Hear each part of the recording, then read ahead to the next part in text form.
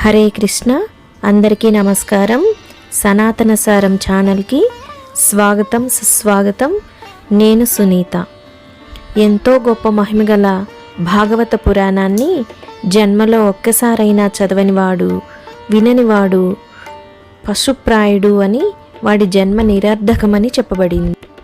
ఎన్నో వేల జన్మలలో చేసుకున్న సుకృతం వలనే ఈ భాగవతం వినడం, చదవడం అనేవి జరుగుతాయని భాగవతంలో చెప్పబడింది. అందుకే ఈ భాగవతాన్ని ఒక్కొక్క కథ చొప్పున వీడియోలుగా చేసి మీ అందరికీ అందించాలన్నదే నా సదుద్దేశం.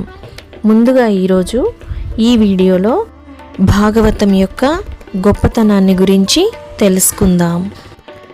విష్ణుదేవుని కథలను, మహిమలను కీర్తించే భాగవత పురాణం సర్వోత్కృష్టమైనది. హరిభక్తి వలన సాధించరానిది ఏదీ లేదని ఈ గ్రంథం నిరూపిస్తుంది. అంతేకాదు, క్షణికమైన ఐహికానందాలకు లోనుగాక మానవుడు ఆత్మతత్వాన్ని తెలుసుకొని తరించే మార్గం చూపిస్తుంది.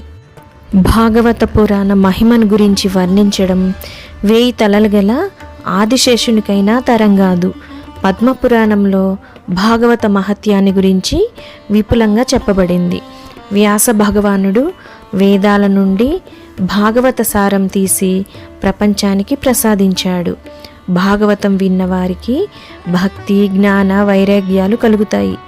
శోకం పోతుంది, ఆనందం కలుగుతుంది, అజ్ఞానజనితమైన మోహం నశిస్తుంది.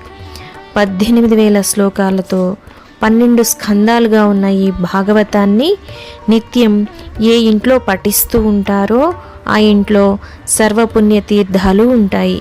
అక్కడ నివసించే వారంతా మోక్షపదం అందుకుంటారు. 100 అశ్వమేధ యాగాలు ఇచ్చే ఫలం భాగవత పఠనం వల్ల వచ్చే ఫలంలో 16వ వంతైనా ఉండదు. కాశీ, గయా, ప్రయాగాది క్షేత్ర దర్శనం వల్ల కలుగని పుణ్యం ఈ భాగవత శ్రవణం వల్లనే కలుగుతుంది. జన్మలో ఒక్కసారైనా ఈ కథని చదవనివాడు, విననివాడు పశుప్రాయుడు. వాడి జన్మ నిరర్ధకం.